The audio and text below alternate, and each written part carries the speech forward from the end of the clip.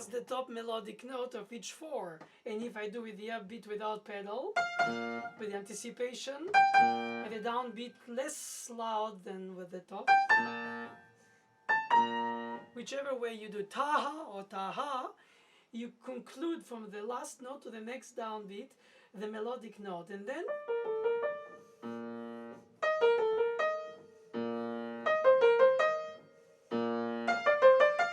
that would be the harmonic inner notes. And then you have, of course, the bass line, but you also have the harmonization. 5 of 4, 4, 6/4, 7, well, obviously diminished fifth, and then the tonic, the triad. So then you could say, if I play them just blank,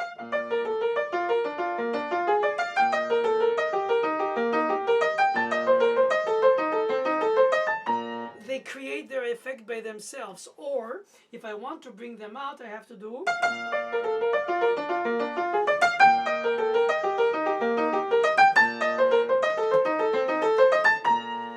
and then if I bring the melodic notes as loud as I just did, sorry for singing, it escapes me every time I do it. But anyway, then I can bring softer.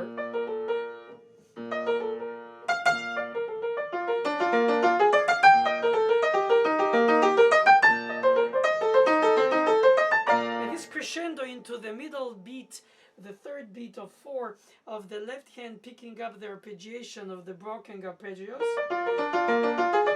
It's very tempting because it gives a sense of depth, more thickness of sound compared to the lighter. It's more about chiaroscuro, right?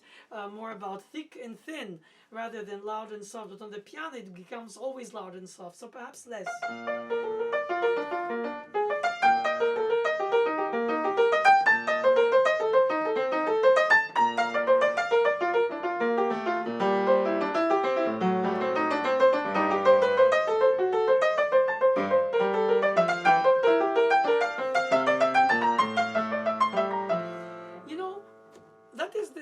Dilemma I mentioned, because at some point you feel like either you become over explicit, and then you oblige the listener to listen to how you shape, voice, organize, in a way, sculpt literally the material.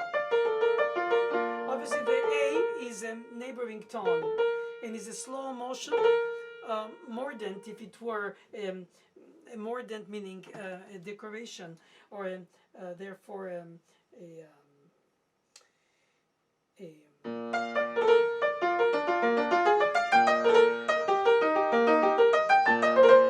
ornament. That's what I was searching the word.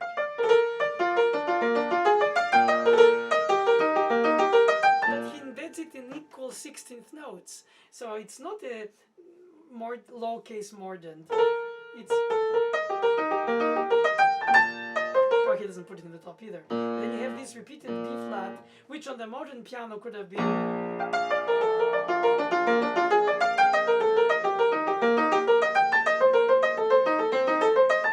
and still resonate. Bach didn't have that except on the organ. So if he had written it for organ, like the F major prelude,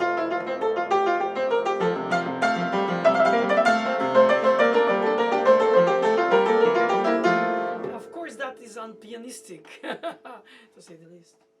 But you know, the idea that he repeats it gives also a rhythmic pulse every 4 beats. So it's not just, it could have been also.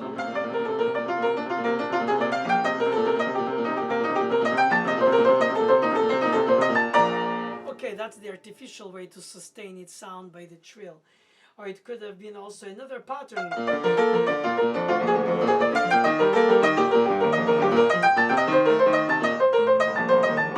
Now he chooses when he wants to have 16th notes in both hands, usually towards the endings of the part 1 or 2. And then, but not in the beginning. So he that you'll keep it in mind, and then restate it. Perhaps even with a little bit of a mordent, perhaps not. And then when he reaches the closing argument of the dominant, and then he writes combined parts in both hands up and down stems, and then with a hint of minor, just a hint before it finishes on a dominant in major, obviously, and then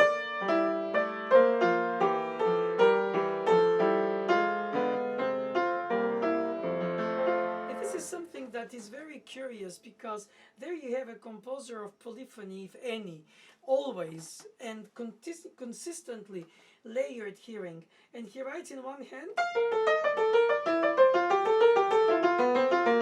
So is it true? Is it fa si la mi so re do fa mi re do fa sol la si sol la mi fa si do fa si mi fa? Yes, we unexercised listeners' ear of polyphony, but rather monophony. I was going to say monody, rather, to be right. I hear if I voice, and then with the rest which combine on the two sides. So, do I need or not to bring this duality in the same hand under the octave, which is easily combined? And if I bring it with dynamic ranges,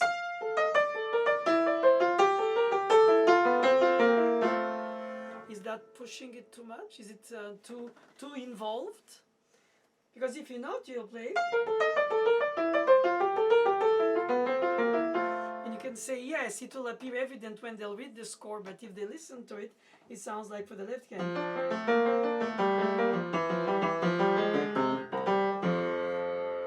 So combined, it shouldn't be combined. It's written with stems up and down, with rests and connected sounds.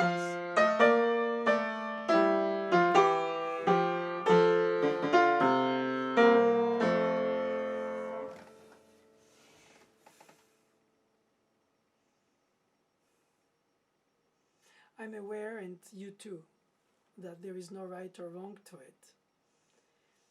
The question is, how much do we want to be explicit in the layering through the voicing, and in taking the risk to less verticalize the harmonization?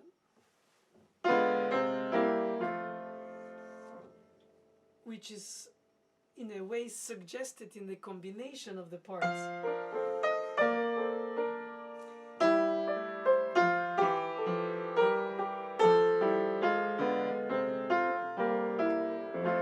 Especially if it's played in tempo, it's even harder to follow the different layers with the different sub-indications. Or did Bach really want to do these overholdings to create on the harpsichord a sense of legato or bleeding overstaying? Because for other 16th notes, he just plays them.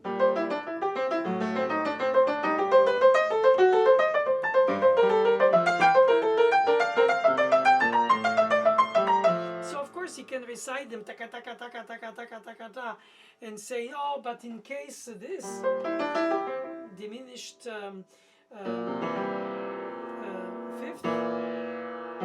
going to the major sixth, to go with the ascending minor in G minor.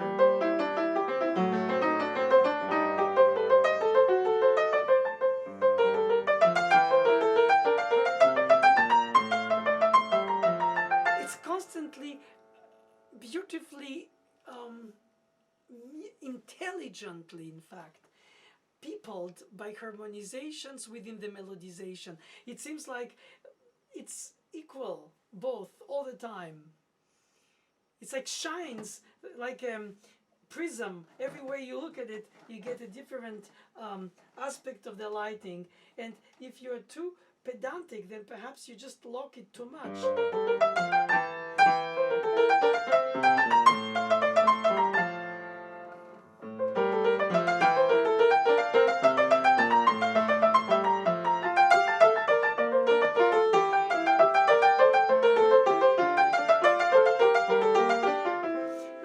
that I'll give you my advice. After all, it's time. I'm almost 60. I don't know when I will give it. Go ahead. Go for it.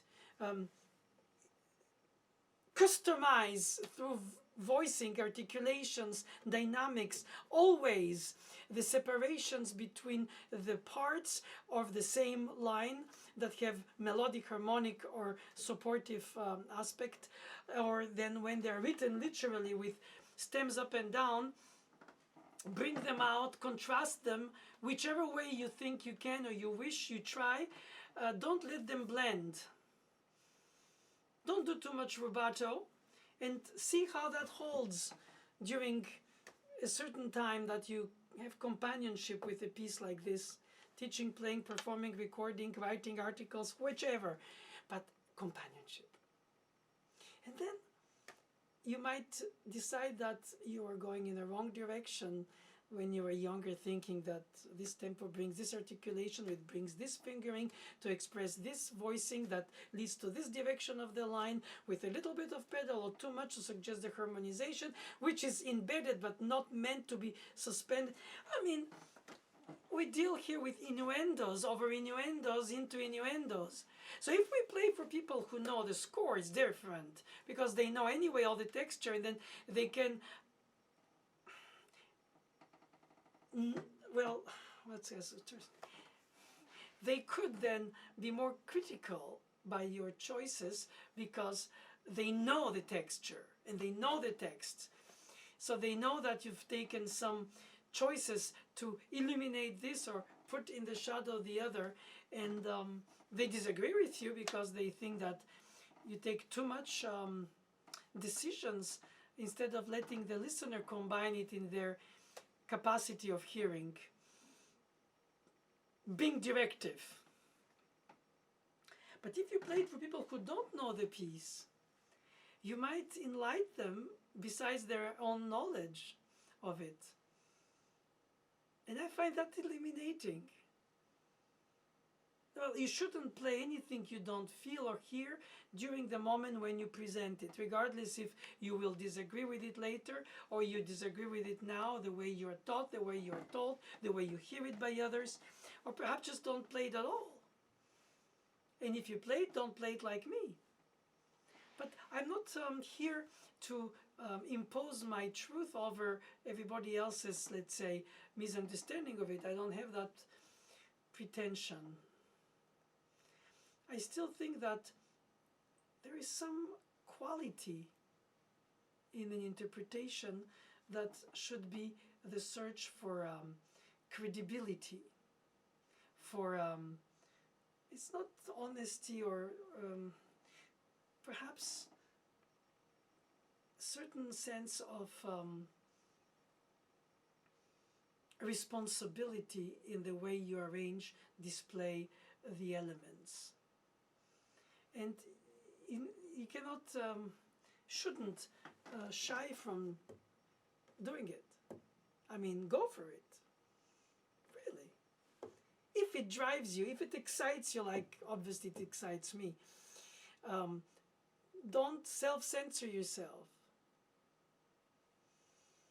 Oh, it's not supposed, people do, people don't, it shows, I don't know why and what if and what will say and what would be thought of, and perhaps I make a fool of myself and I'm too personal and perhaps I should be just more holding back. Okay, fine, that is what all these systems of publishers, teachers and recordings combined are like this kind of tsunami that is supposed to erase your sandcastle.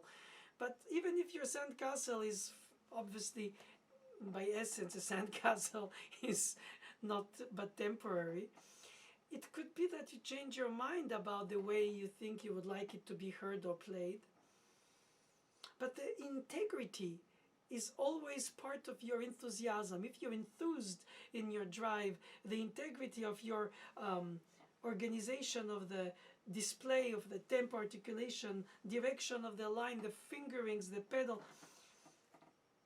Nobody, and fortunately sometimes competitions do that, but nobody should be judgmental if you're convincing or you are convinced rather.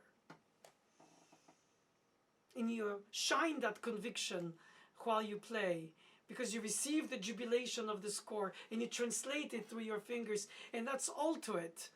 And then the ways it evolves through age and life, perhaps you won't, perhaps you will, perhaps you'll just think it's too much to take out of it or to put into it.